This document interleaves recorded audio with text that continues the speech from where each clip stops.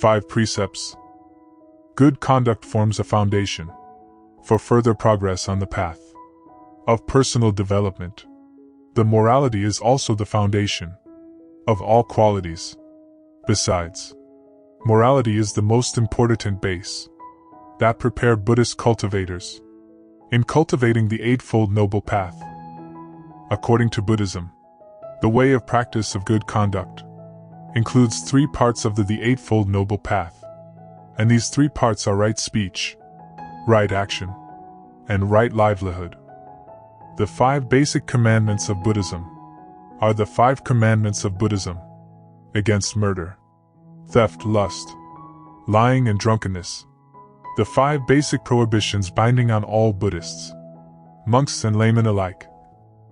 However, these are especially for lay disciples. The observance of these 5 ensures rebirth in the human realm. When we respect and keep these 5 precepts, not only we give peace and happiness to ourselves, we also give happiness and peace to our families and society.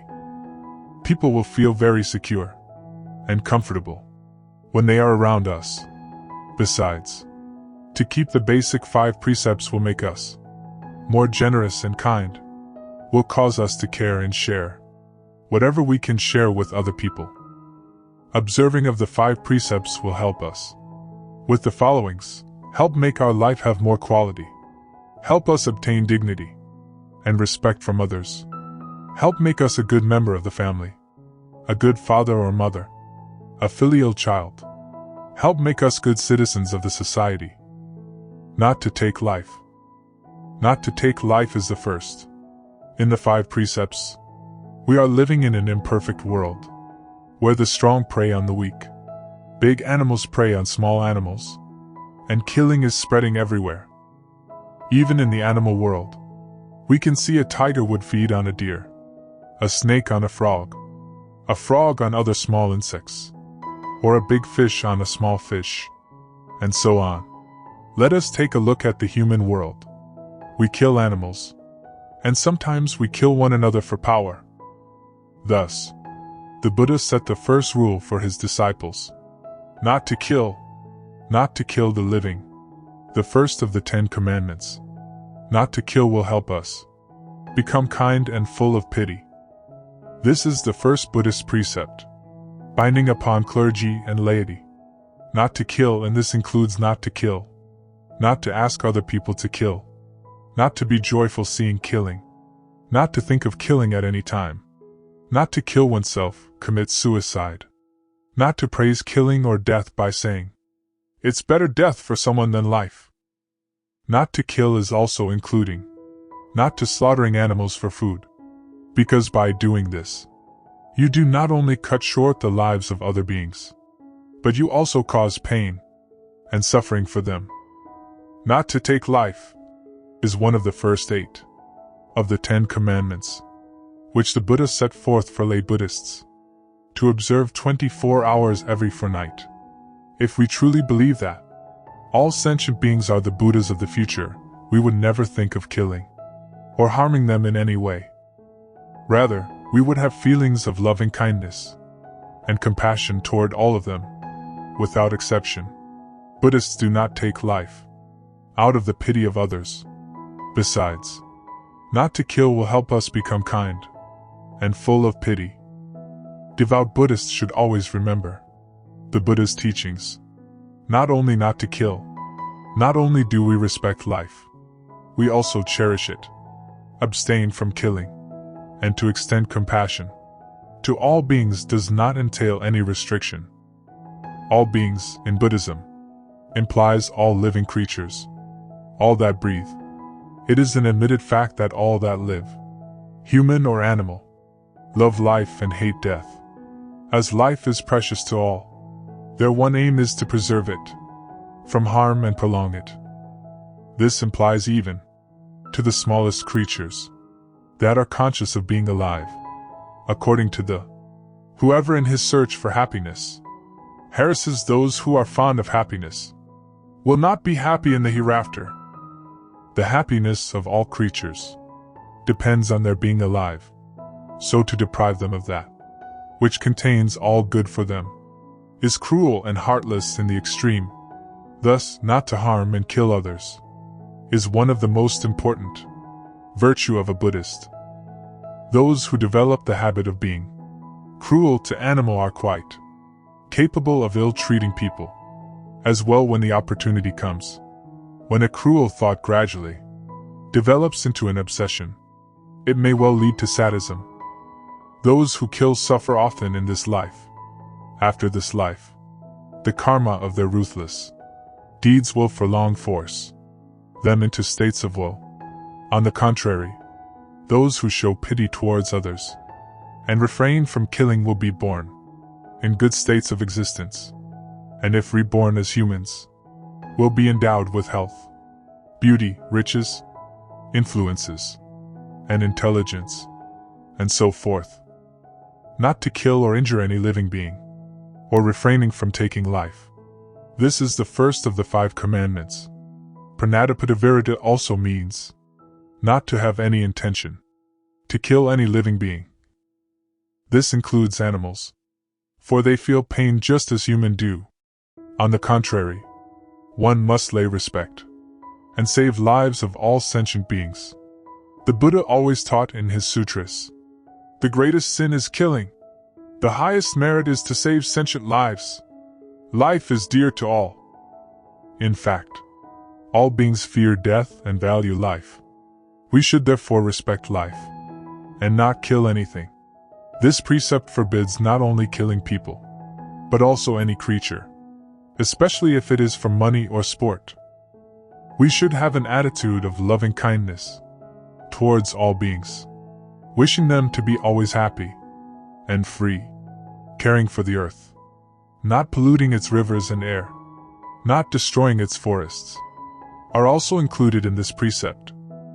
Killing is one of the 4 grave prohibitions, or sins in Buddhism. Killing is intentionally taking the life of any being, including animals. The advice of not killing challenges us to think creatively of alternate means to resolve conflict besides violence. Refraining from taking life. This is the first of the 5 commandments. Pranadapadevirata also means not to have any intention to kill any living being. This includes animals, for they feel pain just as humans do. On the contrary, one must lay respect and save lives of all sentient beings. The Buddha always taught in his sutras, the greatest sin is killing. The highest merit is to save sentient lives. According to the Buddhist laws, the taking of human life offends against the major commands of animal life against the less stringent commands. Suicide also leads to severe penalties in the next lives. According to Most Venerable Dhammananda in the Gems of Buddhism Wisdom, the prohibition against the taking of any life applies not only to humanity, but also to creatures of every kind, both big and small, black ants as well as red ants. Each day a vast number of animals are slaughtered as food, for most people eat meat, while vegetarians are not common. In the field of science, animals are used in many researches and experiments. In the administrative field, arms are used in crime suppression. Law enforcement agencies punish lawbreakers. Belligerents at war use arms to destroy one another. The actions cited here as examples are not regarded as illegal or as running counter to normal worldly practice. Indeed, it may even be considered wrong to abstain from them, as is the case when constables or soldiers fail in their police or military duties. Nowadays many kinds of animals are known to be carriers of microbes and, thanks to the microscope, germs and many sorts of microbes have been detected. Almost everything contains them, even drinking water. Only the larger impurities are caught by filter. Microbes can pass through, so infinite microbes pass into our throats with each draught of water. It is the same medicines, whenever they are used, either externally or internally. They destroy myriads of microbes. Are these microbes to be considered as living beings in the sense of the first sila? Or are they not? If so, perhaps no one can fully comply with it.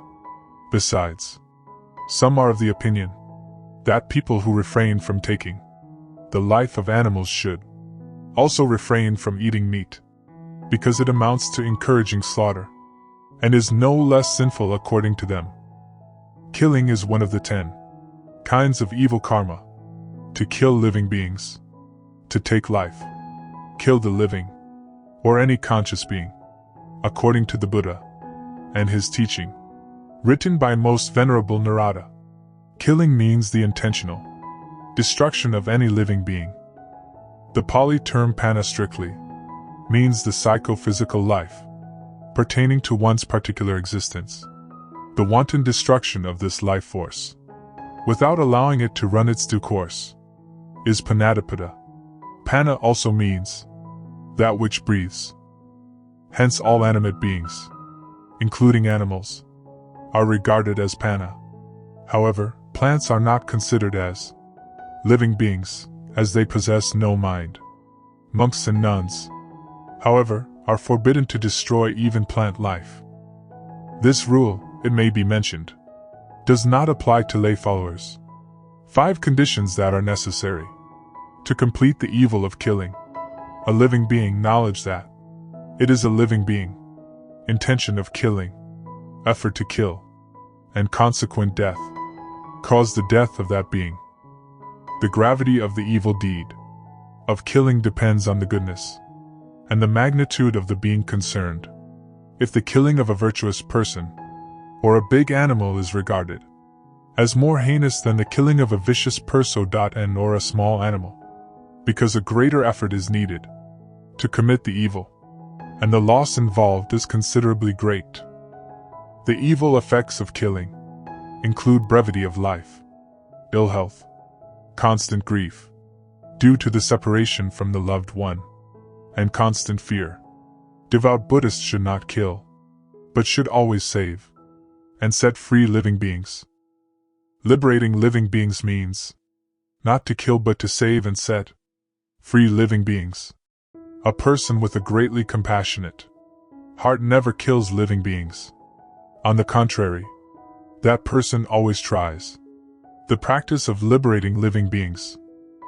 Ananda, if living beings in the 6 paths of any mundane world had no thoughts of killing, they would not have to follow a continual succession of births and deaths. Ananda, your basic purpose in cultivating, there is not a single being who has not given birth to me during my previous lives. Hence all beings of the 6 paths are my parents. Therefore, when a person kills and eats any of these beings, he thereby slaughters my parents. According to Buddhist theory, the only reason that causes wars in the world is people's collective killing karma is so heavy. If in this life I kill you, in the next life you'll kill me, and in the life after that I will come back to kill you. This cycle of killing continues forever. People kill animals, and in their next life they may become animals. The animals which they once killed now may return as people to claim revenge. This goes on and on. That's why there exists an endless cycle of killing and bloodshed. To decrease or diminish our killing karma, we must practice liberating living beings. The merit and virtue that we accumulate from liberating animals is boundless. It enables us to cause living beings to live their full extent of their natural lifespan. The more we engage in liberating living beings, the lighter the collective killing karma our world has. If living beings in the 6 paths of any mundane world had no thoughts of killing, they would not have to follow a continual succession of births and deaths. According to the Surangama Sutra, the Buddha reminded Ananda about cutting off killing, one of the 4 important precepts for monks and nuns in Buddhism.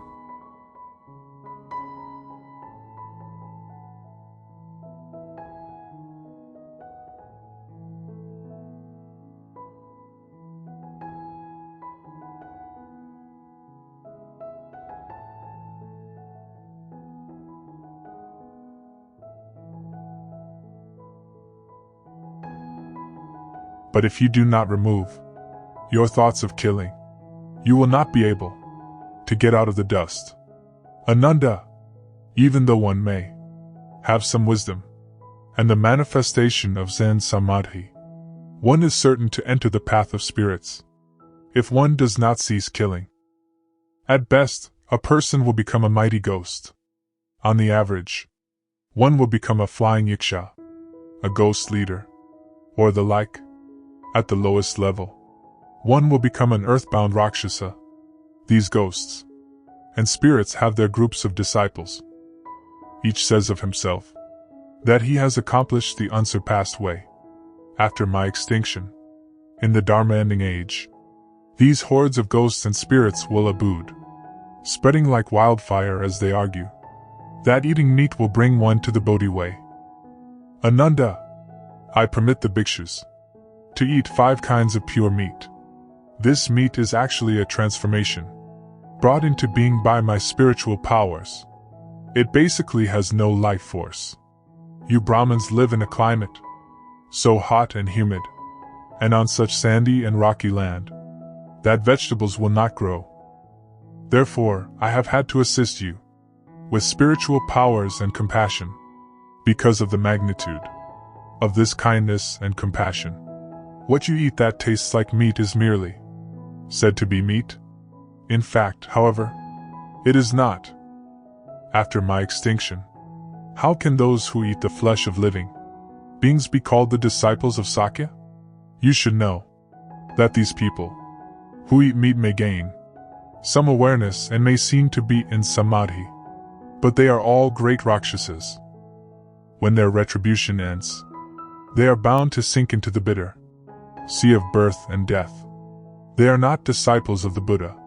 Such people as they kill and eat one another in a never-ending cycle. How can such people transcend the triple realm? Ananda, when you teach people in the world to cultivate samadhi, they must also cut off killing.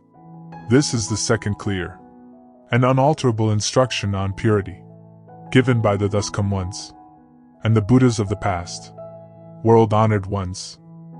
Therefore, Ananda, if cultivators of Zen Samadhi do not cut off killing, they are like one who stops up his ears and calls out in a loud voice, expecting no one to hear him.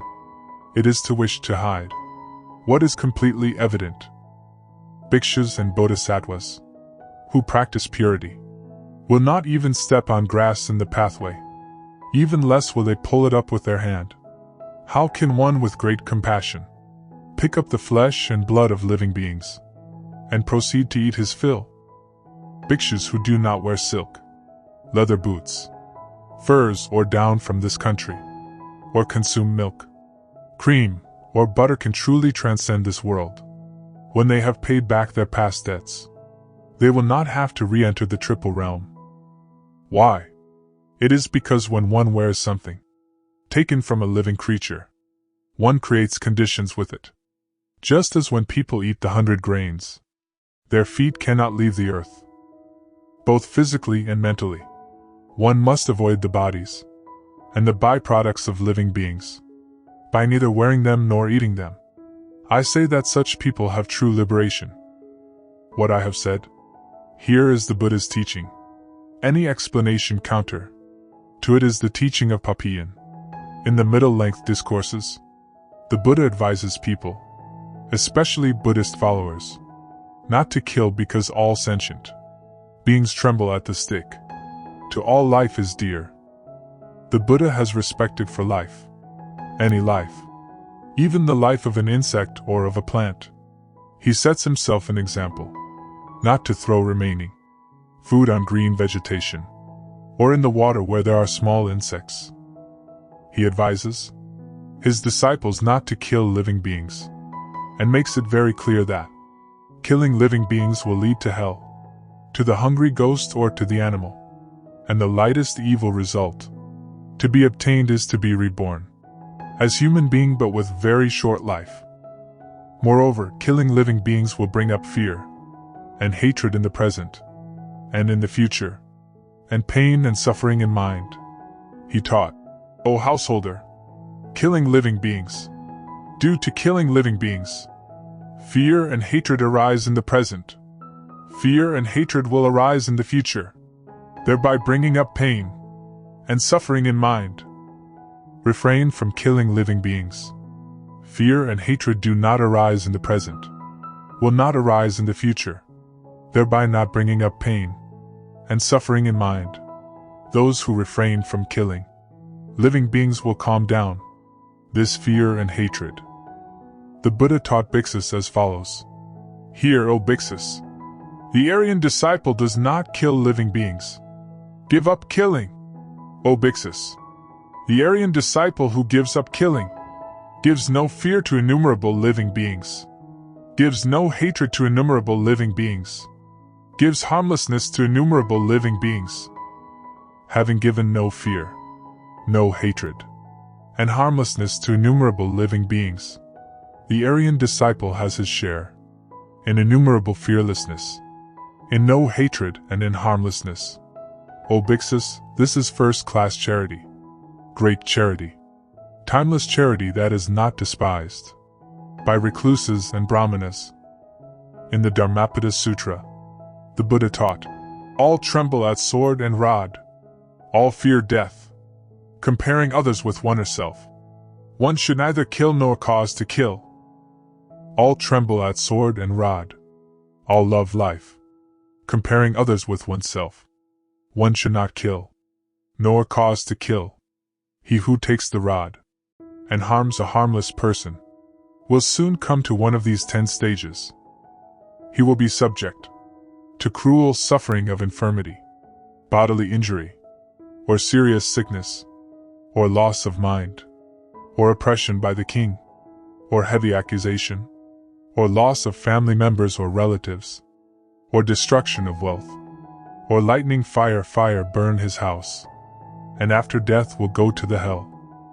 Not to steal, not to steal or not to cheat, or not to take anything with dishonest intent.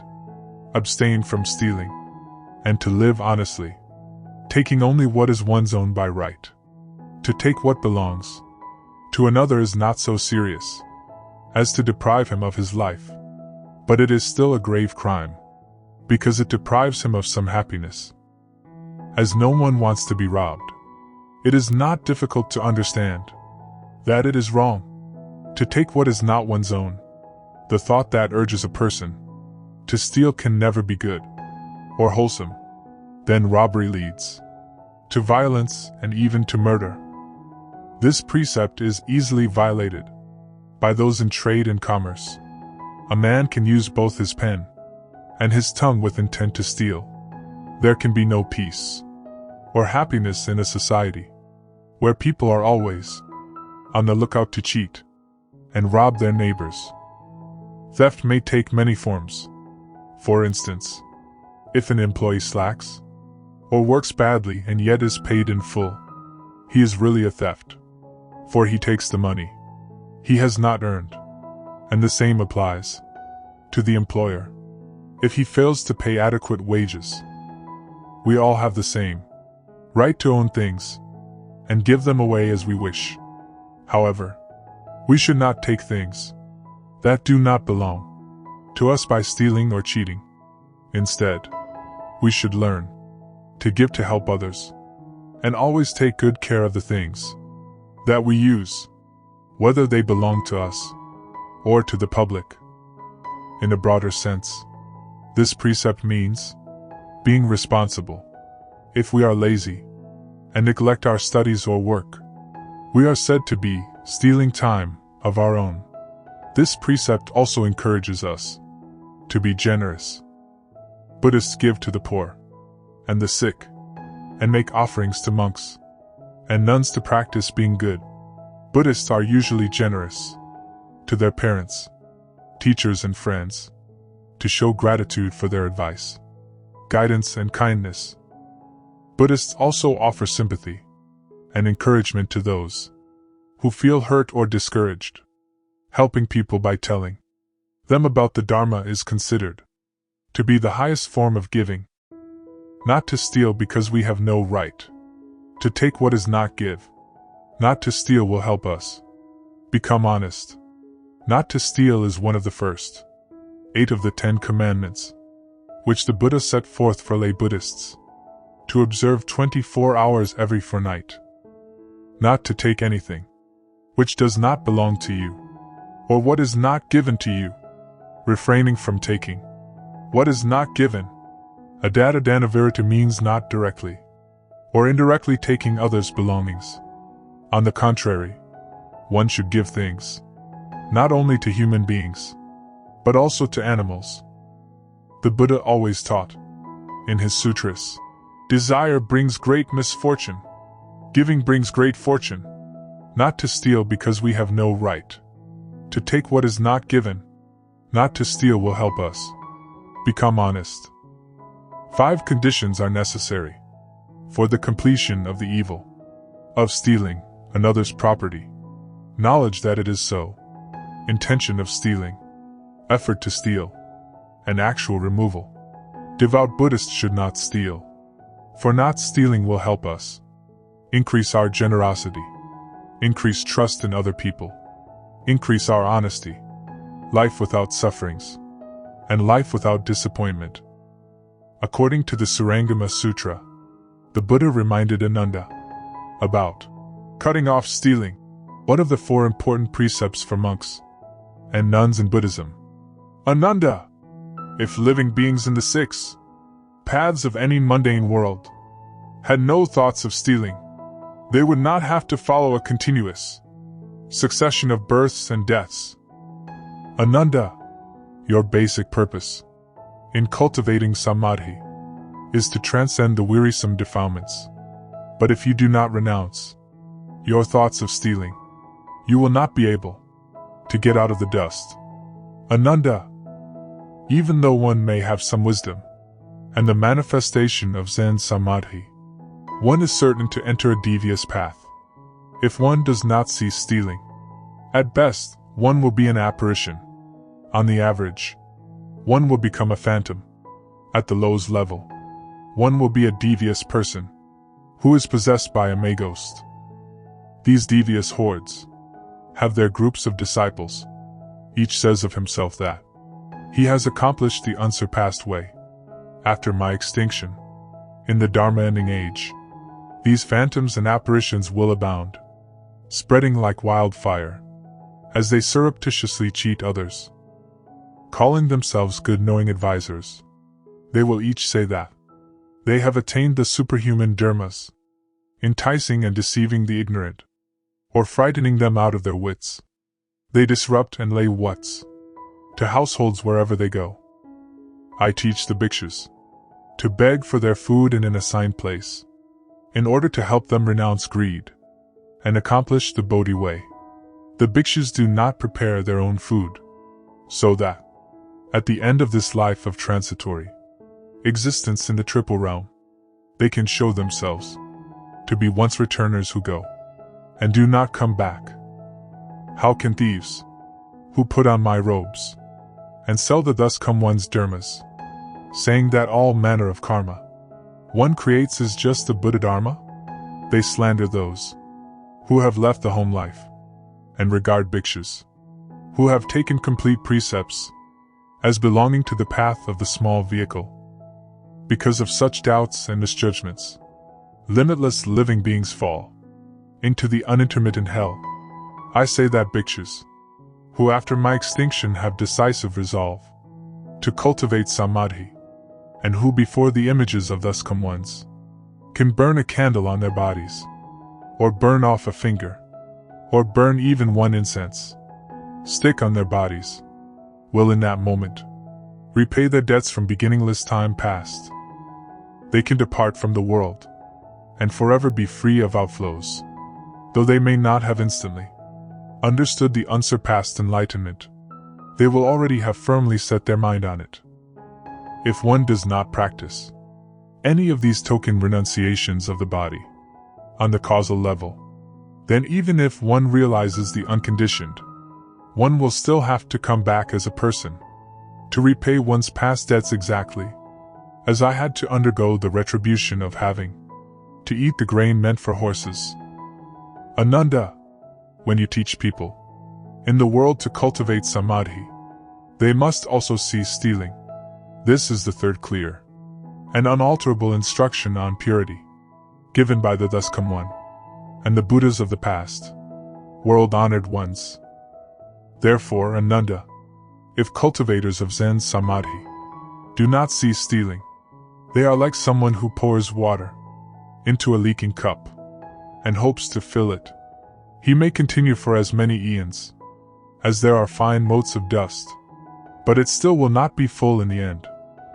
If bhikshus do not store away anything but their robes and bowls, if they give what is left over from their food offerings to hungry living beings, if they put their palms together and make obeisance to the entire great assembly, if when people scold them, they can treat it as praise, if they can sacrifice their very bodies and minds, giving their flesh, bones, and blood to living creatures, if they do not repeat the non-ultimate teachings of the thus come one, as though they were their own explanations, misrepresenting them to those who have just begun to study, then the Buddha gives them his seal, as having attained true samadhi. What I have said here is the Buddha's teaching. Any explanation counter to it is the teaching of Papian.